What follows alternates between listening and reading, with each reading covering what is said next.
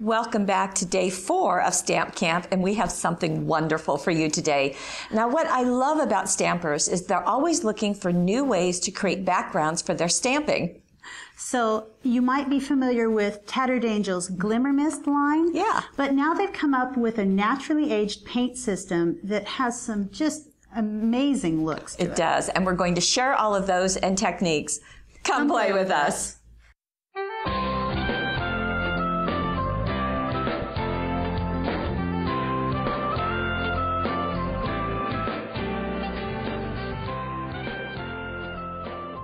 So here are 2 of the paint systems. This is precious stone and bare metal, and we're going to go into each one separately and kind of explore what you can do. So we're going to start with the precious stone. And what it is a system of painting wherein you use each of these elements to come up with a turquoise look. Okay. So these are, so tell us which each of these are. Okay. What we have here are true turquoise, icicle, shindig, and turquoise blue. Some of these are glimmer mists, some of them are glazes, and they each react differently. And it comes with this great little booklet. And so you can see, here's one of the effects. The neat thing about this is no two ways of painting come up with the same look. You're going to have lots of different looks. So here we go. This is another thing you can't necessarily control. So we need to, but why don't you open that up and let's see what it does. So what's great about this is they show you each step. And here's what it's going to look like when you add the first layer, the second layer, and they show you what you can do. You can do it a little differently than this, but we mostly tried to stay with this process for what we did. So here is our first project, and I love the smoky quality that this has. I think that we're getting that because it's on glossy cardstock. Now you can use this on glossy, on matte, on all different sorts of finishes, but this had a little bit more of a pooling and a melting together look on the glossy because it didn't absorb into the paper quite so much. Ladies, show us how to do this. I'll show you how to do it. Or something like it, right? Well, what I'm going to do, if I'm going to show you how to do it, I got to pull down something to cover everything. And so here we go. I've got several thick layers of paper because this can get messy. There's a lot that we're going to do. I'm going to start. There's a lot of qualifiers with this, aren't there? Here I've got a piece of glossy cardstock, and I've got my 2 sprays and 2 bottles here. I've got a couple of different paint brushes. I think for this one I'm just going to use the small one right at the moment.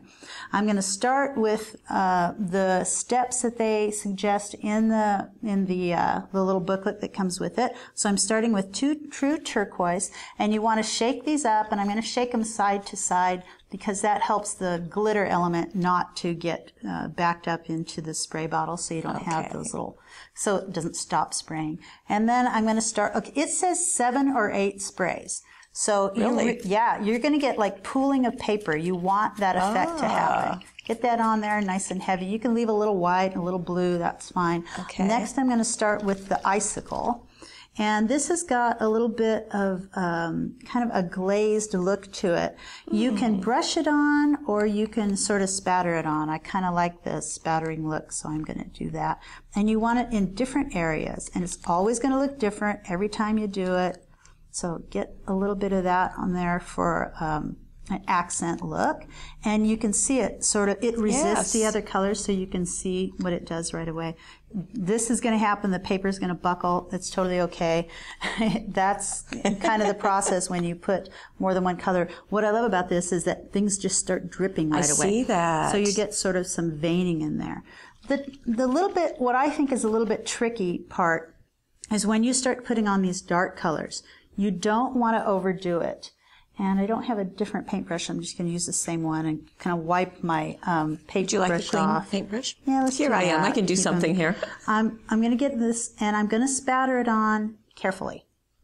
You don't. This is careful spattering? Well, it's a small brush, so thankfully it's just picking up a little bit. If you do too much, it just kind of overtakes.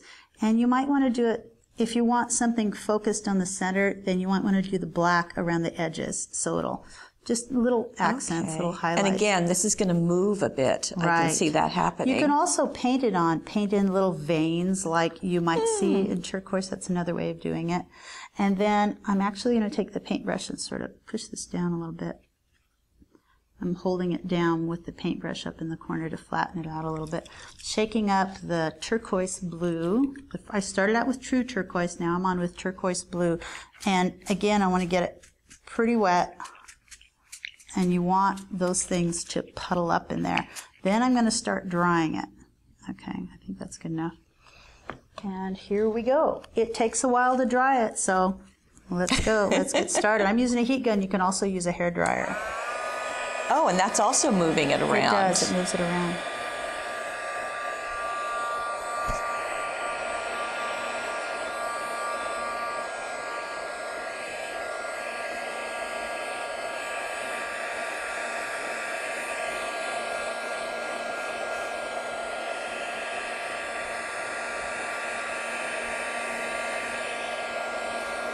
Okay, as we get close to the end of the drying process, there's still a little bit of pooling around the edge. If you get kind of close, it'll dry it a little quicker. And the glaze element actually makes it crackle up a little bit. So if you want that look, you can do that.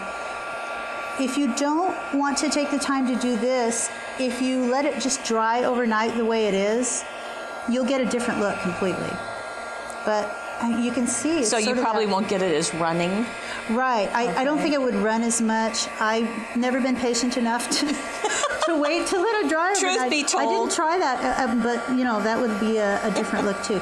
But every single time you do it, it's something different. That's really pretty. Yeah, it is.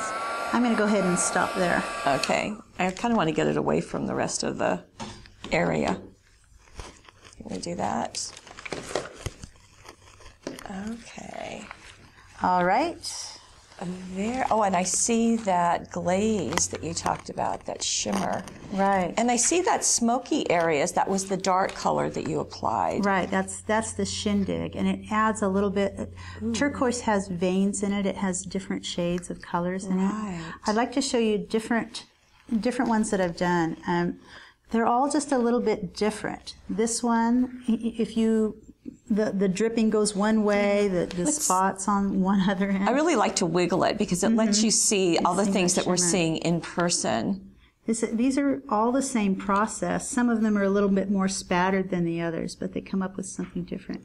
Pretty. This next one is totally different in that I did the first process entirely, let it dry completely, and then I did it again. All four steps? Process all again, and it's a very thick. And I just thought it was a real marbly look. It looks like some of the images from the Hubble telescope. Ooh, it really does. It's an aurora borealis. It's great. Yeah. Great. Okay. So now we're going to go back to the card. That we started with. And this is using all of the things that you just did, plus this wonderful peacock feather stamp. Right. And you did a couple things. A couple of different things. Here on the left side is a piece of acetate. If I lift it up, you can see. There's acetate just on this portion. And I stamped with StazOn on the acetate, placed that on top of the work. I really wanted the stonework to show through. So I've got that. And then I made another piece on separate cardstock. I did some more of the effect of the back, but I actually left a little bit more white to show through. Oh. And then I stamped on it with StazOn and cut it out. That's good to know. And flaunt what you've got is also a little phrase that's on the stamp itself. We've got the black velvet here on the back. The suede paper. Black suede paper and the silver thin lines dazzles. Right. And on the inside, you did another area that you had gone through the whole process with. Right. Beautiful. And we just have style, which is another part. Styling. I love that. And this is the memory thread, silver memory thread coiled around. How beautiful is that? I love that look. Now, okay, so that's one way. Here is another way you can use this. And in this case, you use the cutting die, and it is the 4 lacy rectangles. Now, I thought you would do the process on the paper and then cut it, but I was wrong. No, Lene did this, and she used the cutting die, and she cut out her shape from cardstock, and then she went through the process that we've shown you to get this look. Now, what we've noticed is that there's a little bit more silver on here than we saw on some of the others, but Lene talked to us about it. I thought maybe she used a different kind of paint, but no, she used the same ones in there, but in different combinations. We felt that the shindig and the icicle combined and created that silver effect. She put the whole card together and then she oversprayed it with some of the sprays interesting. to get that modeled all over everything, all over those. And those flowers are stamped separately. They are. This is the fresh cut stamp set, and you can see, and I think these are fabulous. So she stamped onto the paper and then did some wrinkling of it, and in the center of her flowers is good old Stickles, and did the leaves separately, and I love that cluster just popping out. And it's, you know, she wrinkled them, but also the process of spraying the paint on there will cause them to buckle a little too. So. And don't forget, I mean, as eye-catching as those flowers are, the leaves are also. So those were done separately. Right. And that each element has got something different going on. There's a little bit of tearing down here, and I love how everything is offset one way, then another way, a real collage look. Beautifully done. On the inside, she did not use any of the precious stone, but did her stamping and with the heart to heart set. We'll be friends forever. I have to say, looking at this right here, that stamping off the paper goes against everything that I think of. That's hard for me to accept, but it looks really cool. It does. I like that technique. It does, and I think it takes a little daring to do that. But it's kind of the offset that's going on the front. But gorgeous, gorgeous. Now, we do have something else that was done with this same precious stone, and this tag is just spectacular. So this is the tag set, and so it's a significant size. I mean, it's a nice size. And again, we're using one of the small stamps. Of course, the dandelion is one of our favorites. On there. She has stamped and she has embossed in black on there, but she's also used the blue encrusted jewels kit, which we talked about the other day. Yes, actually yesterday. Isn't that a beautiful kind of background for it? A little bit more in the center. Right. And Wish is also part of that same little stamp set. That's just such a beautiful look. Your eye just keeps going back to that. Wow, look at that. Isn't that gorgeous? So gorgeous? And that's what's fun, is that as soon as you get over not being able to control it, I think I'm saying that more to myself than to anybody else. So Paulette, as soon as we get over this, and just relax and just have fun experimenting. Well, that's a real artistic process. It is. That's what's fun about it. Now let's go into the bare metal. Now this is the second set. And it too has 4 1-ounce packages, just like the other one. This one comes with soft pewter. One of these is sterling. It's kind of hard for me to see which one is which. Okay. One is iron, and one is called decadence. And it makes this bare metal look that you end up with something similar to this. What they compare this to is, in some cases, a tarnished look. So maybe an old piece of metal that's sort of rusted on one side. And so this is very cool. This is the same as the other booklet. It's got the steps for you, and you can brush it on or spatter it on. In this case, they're showing brushing and then adding the different elements step by step. And as with the stone look, this is going to be no two elements or no two sprayings are alike. Okay, here is our first card, and look at this so you can see the stone look, this aged stone in the background, and boy, I'm seeing that rust color as well as grays and blacks and lots of swirling. This is what I want to note here is that part of it is done on black cardstock. So you're not seeing it super dark, but you're seeing it just a little bit back there. This part is done on white cardstock. So you really get more of the color variation, it feels like, on the white, but it's slightly different look on the black. And this one, after it was dry, then I tore the edges so you could really see that white to highlight. Okay. The stamping technique is really cool because I used white stays-on in ghosted one on top of the other, the same on here, and then I embossed it again in white on top. With the superfine. And here is the small stamp, the Born to be Wild, and that's been done right up there. And you also did some of the paper twine. I did some of the paper twine. I sprayed it with some of the paints and wrapped it with some memory thread, a couple of brads. Okay, so you're going to walk us through this process also? Sure. And let's get you some space. We're going to get back into the papers, right? Okay, right. Okay. Let's get a new set of papers Okay. here. Pull that in. We're going to pull this. Okay, so this time I've got a matte cardstock here.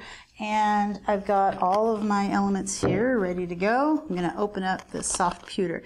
I'm going to shake that one up pretty good first because that one, you can see all of the sort of glitter down at the bottom. You want that throughout it. So really shake that one up. I appreciate that it is a 4-step process. It's not a 500-step process. Right. And yet you can get so many different looks. I find that just astounding. Right. With this one, we're going to start with, well, let me make sure that I believe I'm going to start with the soft pewter. She's looking at her notes just in case you weren't sure. I'm going to start with the soft pewter, and in this case, I'm going to brush it on. Okay. So it recommends a fan brush. This was about the closest I could come, so it works just fine. It'd be kind of hard to get a fan brush inside there. Right. You need to pour it out. You pour it out. I mean, Is that how it works? I'm sort of cheating. And you just brush it on in different swipes. You do not have to cover your paper with this. You want sort of a varied look, so I'm going to go in different areas. I do see some of the mica, the kind of granules at the bottom that you were talking about. And this is a resist, so technically when I spray on the next one, it should resist what I just painted on there. And I'm going to shake that a little bit, make sure I've got Side to side.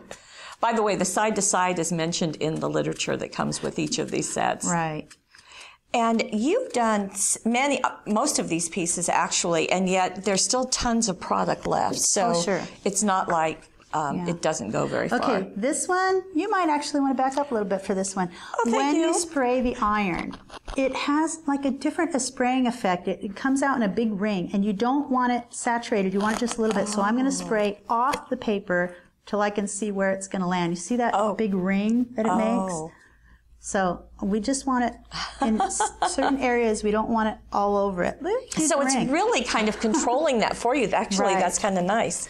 Now I'm going to add the decadence. And what it says about the decadence, which is like a rust color, is you just want it in one area because that's sort of like the rust is sort of taking over the look of it. I like to go back over the top afterwards. This is my own little, because I like the glaze is what I like the best. I'm going to add a little bit, and I'm just going to spatter that on. Okay. Spattering is good for all of this product, isn't it?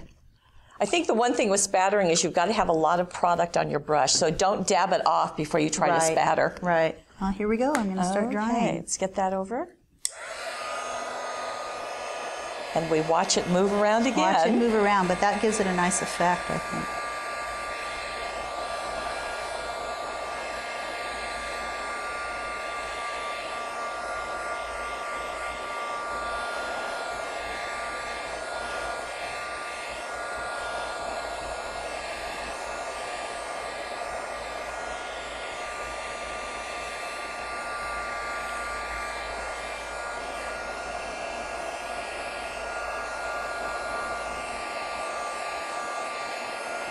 Okay, as we get close to the end of the drying process, when you hit glaze with this, I kind of want to show you, if you really concentrate the heat, it'll bubble up.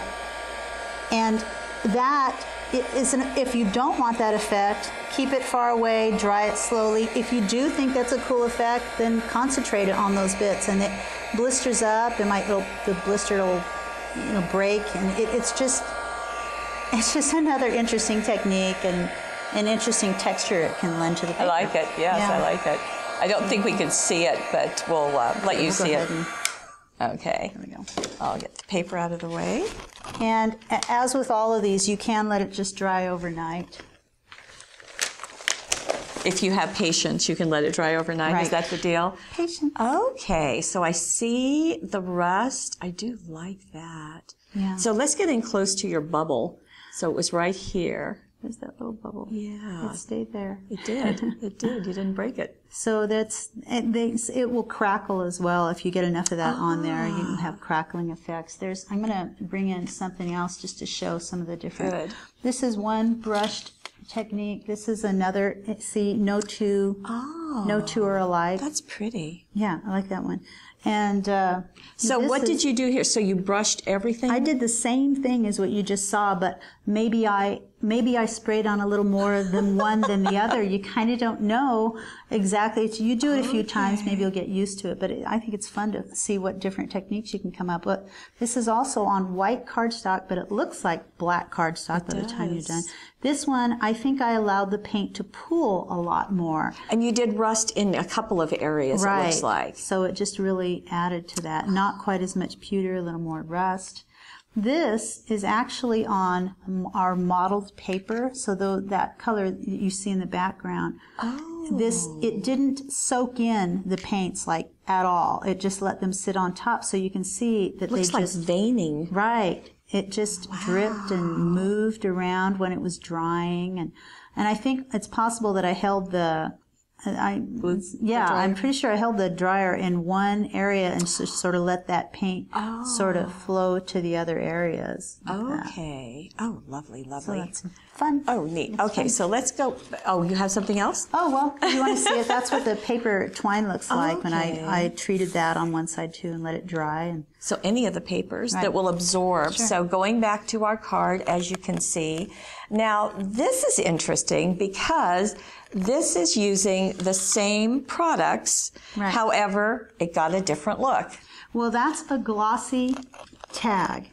And there's just a whole different technique to that. But let's talk about the stamp work that's on there too. Yeah, this is from the Noteworthy stamp set, which is a very vintage-looking one.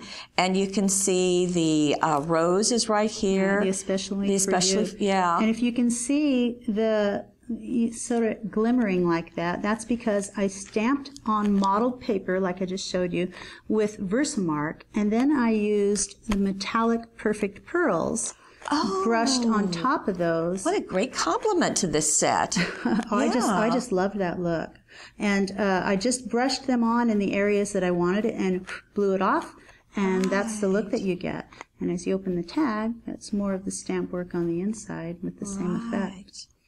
And then you've added some of the dazzles. The dazzles, that's from, it's a new set, and I can't remember the name of it. It's okay, because it'll be in the gallery. But they're just beautiful. There are leaves and all kinds of things on this dazzle set, and that's the gold specialty paper behind. Right, but I love the look of the tag. Yes, that's just so pretty. But again, it was on a gloss. Right. So that makes a difference. Tag. I've got to show you how I did that. Oh, you're going to do that? Okay. Yes, I am. So we're bringing this back. Paper back. Okay.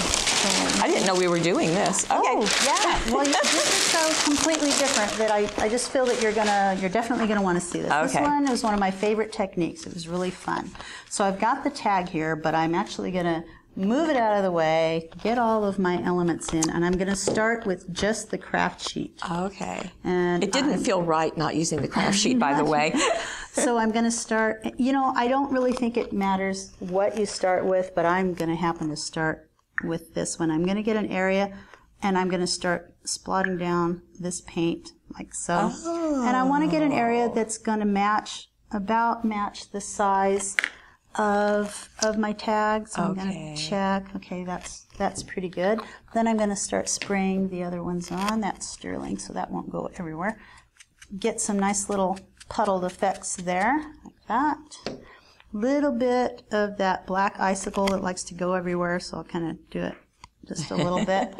That's that circular one, isn't it? Yeah, and a little bit of the brown, different areas. Okay, I think we're about ready. We take our tag, glossy side down, okay, and just plunk it right down on there. And then I'm going to... Oh, the precision. Oh, yeah, I totally measured that out. Move it around a little bit. Okay, here we go. Lift it up. Oh, wow. Okay, I'm going to move that. I'm going to put this on the paper here. And then I'm going to grab a paper towel. Okay. Crumple it up. That's gorgeous the way it is. Crumple that paper towel. It is. I like that. You can leave it like that and let it dry just like that without blow drying it, and it will look like that. It'll keep dripping though. But I'm going to do something different. Okay. And so that you're gives paper you this, toweling. Yeah, paper toweling it, and then you get this textured look. If you feel like you want a little bit more color, dip it on that little mess there again, and then you can. And then we're going to dry it. You're going to dry it? Yep.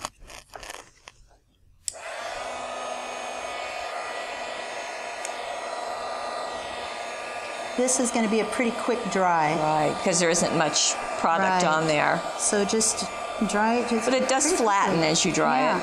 But see, that's super easy. It doesn't really, the process of how you put the paints down doesn't really matter much, so that's enough. That is beautiful. Let's get in close to see this. No two processes are alike in that respect, that they're going to, sometimes they're going to be more brown, sometimes they're going to be a little more gray. And here is our finished sample. Right. Gorgeous. Okay, we have one more, and it is right here. I'm going to roll that up. And this one has a very steampunky look to it, and that's because it is using a couple of things. It's using the steampunk paper pack for one, but we've also gone into, this is Stamp Camp, but we've gone into a digital stamp, and because digital stamping is something that we have that's brand new, here are the two sets. There's Steampunk number 1 set, and there is a digital download of Steampunk number 2. And that is what was used over the background of this piece that was done with the painted system. Right. And so you've got in the background, Lene has created, like you've seen before, that she did the painting on of the elements, she did sprayed on, but she added something in particular to this process that gave it just a little bit more of an interesting look. It did. And then one of the nice things, too, is on the digital stamps, is that you can change the sizes. So if you want this pocket watch to be big or little. The border, so the border is also from the digital download. And these were, of course, printed onto the steampunk paper. These are the metal butterflies. Now, we showed those to you yesterday, but here they are in a surprising, no, it wasn't yesterday, it was in the bezel webisode last month. So the metal butterflies, but thinking of them as steampunk, I don't think I would have put that together, and I'm glad to have this inspiration. But what I want to mention about that process, because I don't think I'm actually going to show it, I'm just going to talk about it, is that we went through the same process with the aged paints with the stone system, did all the spraying, everything was wet, and then Lene took salt, and she took sea salt because it's really got large pieces down there. She took sea salt because we have this in the lunchroom. So hopefully nobody is looking for that right about now. Oh gosh, I think they might be. And when it was still wet, she sprinkled sea salt over the whole image. She let it dry. She didn't use a heat gun. She just let it dry overnight. And then you can just brush off any crystals. And when it's dry, you just break it off. You just brush it off, and it leaves little, I think this is a good example of it. It leaves these little, it crystallizes around the salt, and it leaves these little spattered looks that are kind of cool. Look. Then on the inside of this card, just want you to know that we did the inside here.